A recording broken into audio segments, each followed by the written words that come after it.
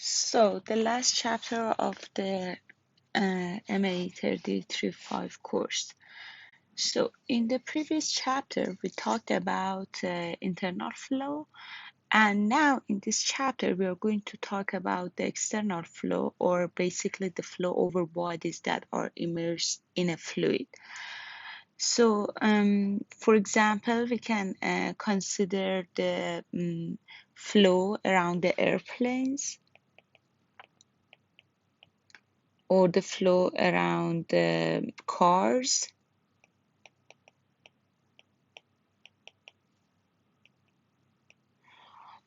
or like the falling snowflakes, or the flow of water around submarines and fish. So fish or submarines.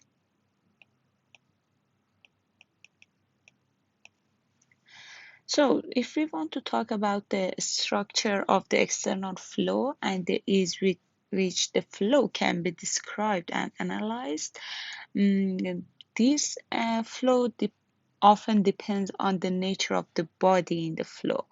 So mm, if we categorize the bodies, the general things that are important in the external flow, we can talk about the two-dimensional objects.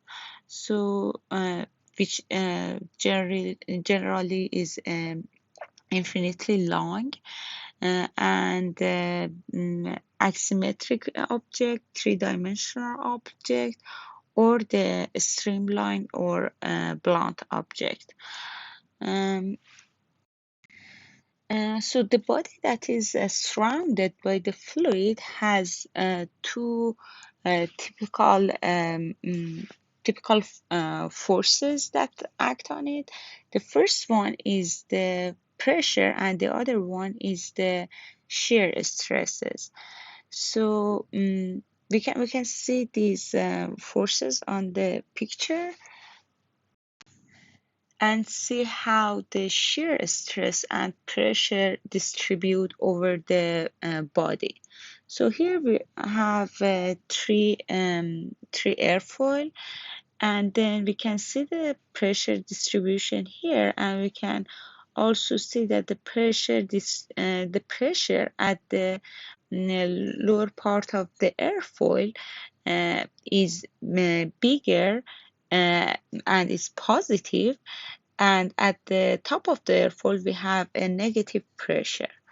And so if we look at, and if we want to define the two forces that we have, the resultant forces that act on the body, we can call drag and lift. So drag is the resultant force in the direction. Okay, let me just clean that one. In the direction of the upstream velocity. However, the lift is the resultant force normal to the upstream velocity. So now we know the definition of the drag and the lift. Also, these forces here is lower than the atmospheric pressure. Okay, let's. So now in general, we can say that, oh, sorry. In general, we can say that lift and drag on a section of a body depends on the orientation of the surface. So lift and drag on a section of a body depend on the orientation of the surface.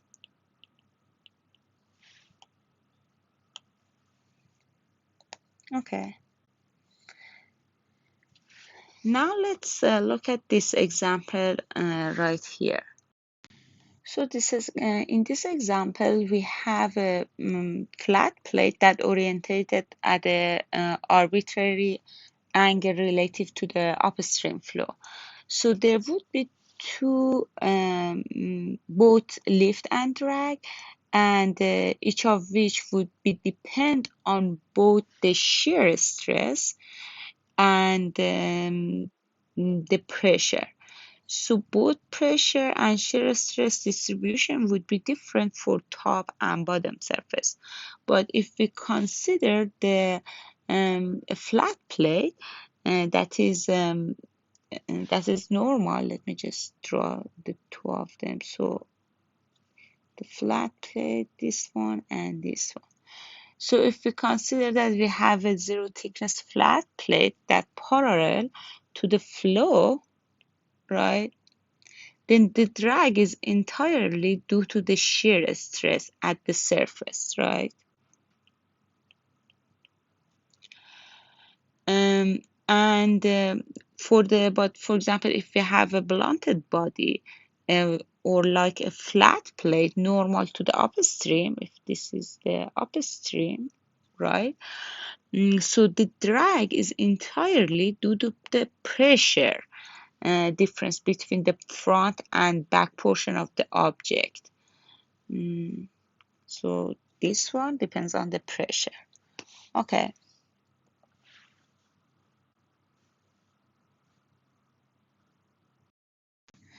So also we have to, definition for the uh, lift coefficient and drag coefficient, which are the dimensionless form of the lift and drag. So this U here is the upstream velocity. So U is upstream velocity, right? And A is the characteristic area.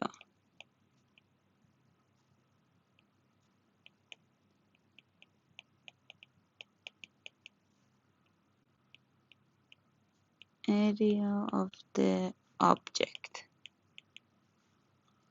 Or typically is taken from the frontal area.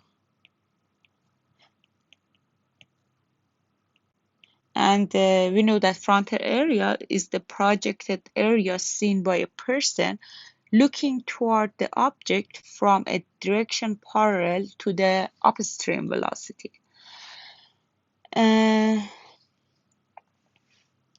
So also if we look at this cylindrical shape here and the airfoil right here, so here we have high pressure at the behind of the cylindrical, and then we have lower pressure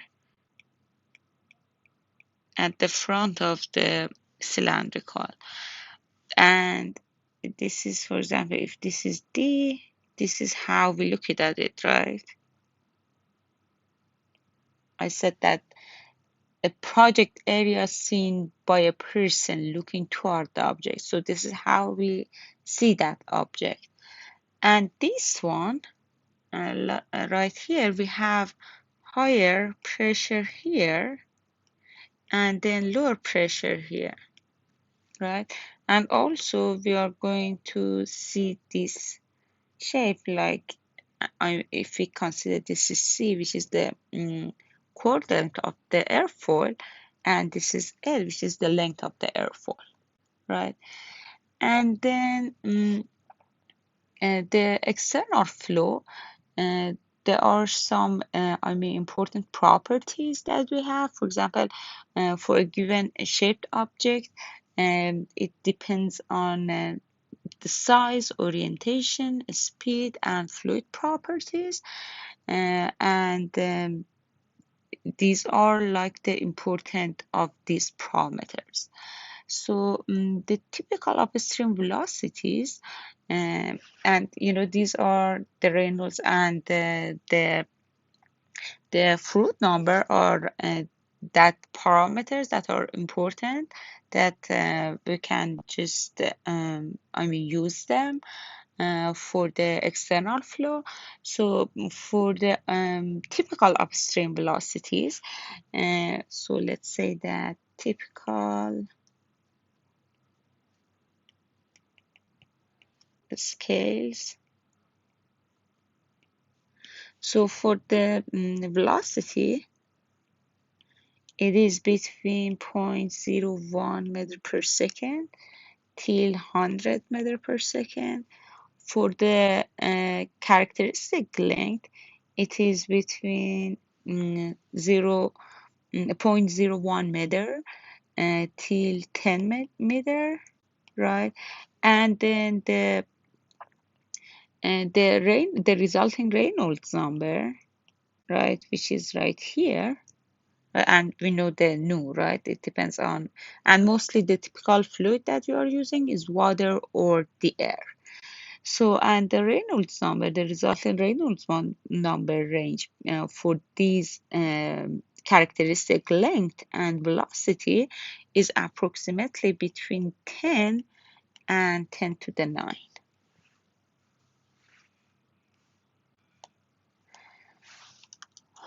So,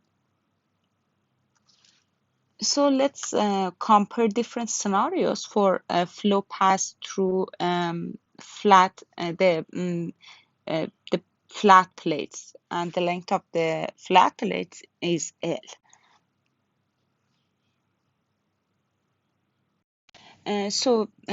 The nature of the flow past the body depends strongly on whether the Reynolds number is bigger than 1 or it's really smaller than 1. So if the Reynolds number is small, right, mm, then we can say that the viscous effects are relatively strong and the plate affects the uniform upstream flow far ahead, above, below, and behind the plate. Because we know that the Reynolds number, this is the definition that we have for the Reynolds number, right? And we know that it's inertial forces to the viscous, right?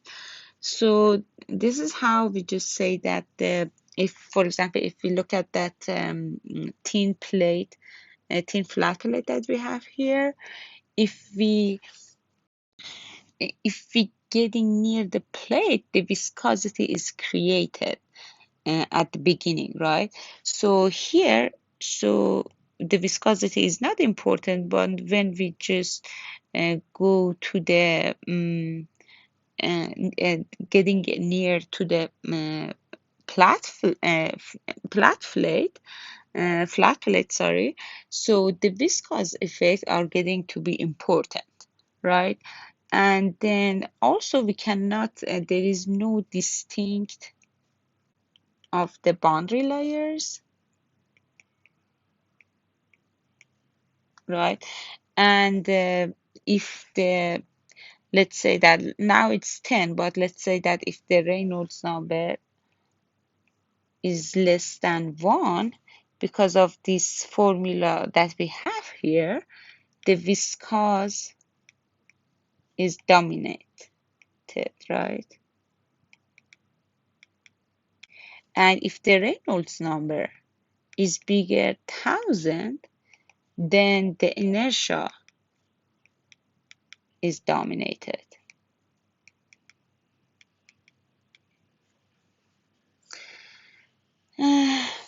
And let's go to the other shape that we have. It's again the flat plate, a thin flat plate, but this time the Reynolds number is 10 to the 7. So as the Reynolds number is increased, for example, by increasing the velocity, because we know that the velocity is in the denominator, then the Reynolds number is increased. And then by increasing the Reynolds number, the region in which the viscous effects are important becomes smaller in all direction except downstream. So we can see that here is the region that viscous effects are important. And now if we compare it with this region in this in the higher Reynolds number, it becomes smaller, right? And then the flow is dominated by the inertia effect, right? We said that if the Reynolds number is bigger than 1000, then the inertia effect are dominated. And then the viscous effect are negligible everywhere except in a region very, very close to the plate, and in the relatively thin wake region behind the plate here, right? This is the wake region that we have. So then the thickness of this layer increases in the direction of the flow, starting from zero at the forward or leading edge of the plate, and then the flow within the boundary layer may be laminar or turbulent. So let me just write something about it here. So here we can say that the viscous effects only important in boundary layers, right? And this is what we talk about, the thickness of the layer. And we said that it's going to be increased, right? So, okay. And now let's see some cases for flow over a bluff body, this one. So here in this one, oops, the first bluff body, so we can say that the streamlines are essentially symmetric about the center of the cylinder, and then kind of the stream patterns is the same in front of the cylinder and at the behind of the cylinder. So and here in the here the Reynolds number is 0.1, and for the Reynolds number for 50 and the flow over a bluff body, the flow separates from the body at the separation location right here, right? So if we call, okay, let's say this is point, we call it A. So then in A, the inertia effects are important. And for the first one, that the Reynolds number is equal to 0.1, and let's say that for the Reynolds number less than 1, the stream lines are symmetric.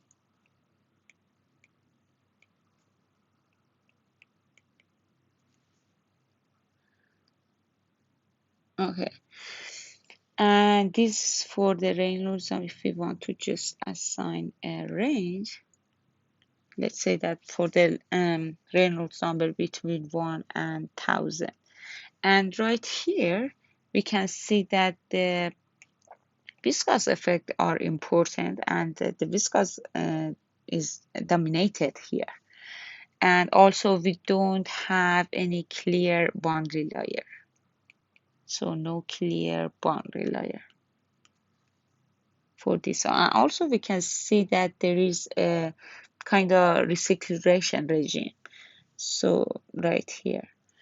And then if the Reynolds number is 10 to the 5, so we can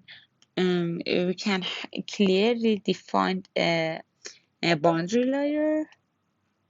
So clearly defined boundary layer for Reynolds number less bigger than 1000, right? So it kind of means that with the increase in Reynolds number, the fluid inertia becomes more important, and at some location on the body, we call it separation location, the fluid's inertia is such that it cannot follow the curved path around the rear of the body, like, and we can just see it here clearly. So these are what we the introduction for this chapter. In the next video, we're going to talk about the boundary layer characteristic.